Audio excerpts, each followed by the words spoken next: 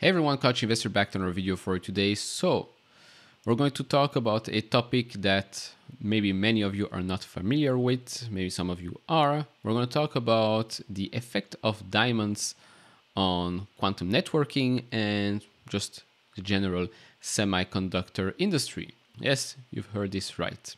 Diamonds and semiconductors. Now, in this case, we're going to talk about Amazon because Amazon, well, it was reported that Amazon is looking to grow diamonds in a bid to boost computer networks. I know some of you might think, what is this guy talking about right now? And why is Amazon doing this? Aren't they burning cash enough already with the online store? Well, this is with regards to AWS. And with regards to quantum computing, I'm going to give you a little introduction to what it means, quantum networking, and why diamonds might actually be a good solution. This is not something new. Has been something that they've been working on, not Amazon specifically, but some of these companies have been working on this type of technologies for years and years already. Now, right now, we're still in the R&D phase of things. Things will take time, think years and decades ahead, and this might change everything that we know today with regards to, well, semiconductors, because today it's silicon-based. Maybe in the future, diamond-based. Now, of course, you might say diamonds. Doesn't it take a super long time to dig them from the ground? There's also some ethical things out there that needs to be addressed when it comes to diamonds. Aren't they also very, very expensive? Yes. But then again, now we're in 2023. There are also lab-grown diamonds, which are less of an issue. But we're going to talk about all of that later in this video. If you enjoy this type of videos and want to see more, hit that thumbs up button, subscribe if you have not, would really appreciate that. And if you want to support me even further, do check out the link down in the description and in the pinned comment to get the top 10 best for quantum networking, a unit that's seeking next generation ways to transmit data securely over long distances. And here, let's start with a little 101 class. So quantum networking, what is that? It's a special way for computers to talk to each other using tiny particles called quantum particles. These particles are so small that we can't even see them with our own eyes.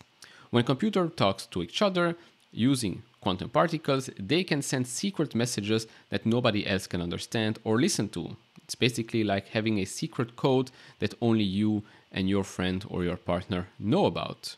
This kind of communication is really important for things like sending important information, passwords, bank account numbers without anybody else seeing it. So now you may start to think, oh, logical move for a business like AWS. Now, Element 6, they have opened up a plant in Oregon that's capable of producing as many as 2 million units of a component per year using technique called chemical. Well, this is a way to cut a diamond or make a lab-grown diamond. Visuals will pop up on the screen. It's a way that usually happens in a lab, which also removes the impurities of the stone, which makes them pretty much custom designed to perfection. Now, why is this important? What's the problem today?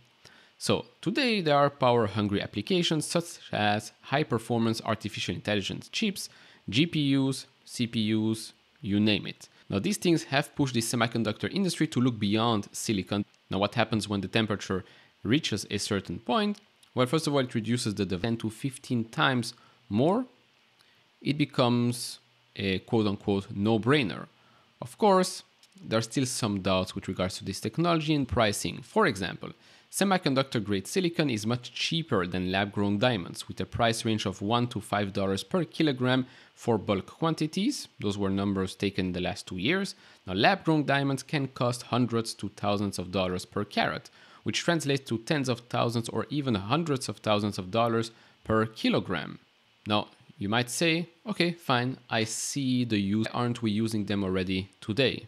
Well, good question. So, as we established, market electronic devices. Now, integrating diamonds into electronic devices is still in the early stage. A lack of understanding around the long-term reliability and stability of diamond-based electronic devices. Despite these challenges, ongoing research and development in the diamond-based electronic industry may lead to more widespread adoption of diamond-based electronic devices in the future, as we've just discussed before, now with Amazon, with De Beers, and there's also some other companies that are dealing with this right now in use within years rather than decades. Now, of course, this will first start at a small scale, and as we know more and more about this, as they test it out. Who knows, in a decade, they say years, but I think in a decade or decades, we will be seeing this in more and more electronic devices. Now, last thing with regards to Amazon, not related to the diamond industry, but related to cost cutting continues there. And this also comes after Twitch, which is owned by Amazon, downsized about 400 positions, cancelled and even removed. Before we end this video with regards to the graph, nothing much has changed. Of course, on Friday, the markets are closed. Happy Easter, happy Passover to all of those that are celebrating. Overall, we're still over the 20 and the 50-day moving average. It's been a quiet week. Let's say not much movement there. Let's try and see if we're going to make our way up to the 200-day moving average. In my opinion, the earnings report for Amazon and for see these two giants actually move on the upside a bit faster than before. Just read new fields there, but I think it would be pretty interesting to see how these things develop. This type of videos, leave it a thumbs up, subscribe if you have not, and I'll see you all in the next one. Bye-bye.